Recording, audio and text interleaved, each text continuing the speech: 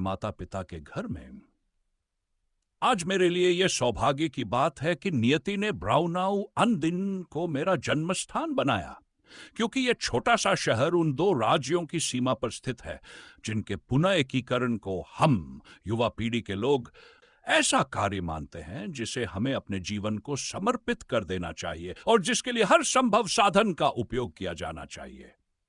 German Austria को फिर से महान जर्मन मातृभूमि में मिलाया जाना चाहिए, और यह केवल आर्थिक गणनाओं के आधार पर नहीं होना चाहिए। नहीं, बिल्कुल नहीं। भले ही यह एकीकरण आर्थिक रूप से निष्प्रभावी हो या आर्थिक दृष्टिकोण से हानिकारक ही क्यों न हो, फिर भी इसे होना ही चाहिए।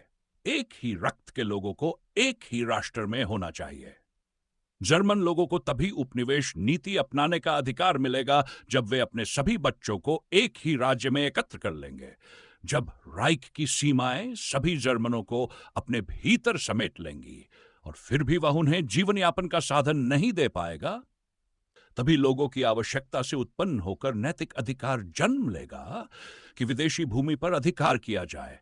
तब हल ही तलवार बन जाता है और युद्ध के आंसू आने वाली पीढ़ियों के लिए रोजी रोटी बनाते हैं। और इस प्रकार यह छोटा सा सीमावर्ती शहर मेरे लिए एक महान कार्य का प्रतीक बन गया।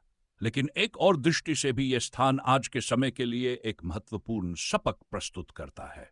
100 वर्षों से भी अधिक समय पहले यह एकांत नगर एक ऐसे त्रासदीपूर्ण हादसे का साक्षी बना जिसने पूरे जर्मन राष्ट्र को झकझोर दिया और जो जर्मन इतिहास में सदैव याद रखा जाएगा।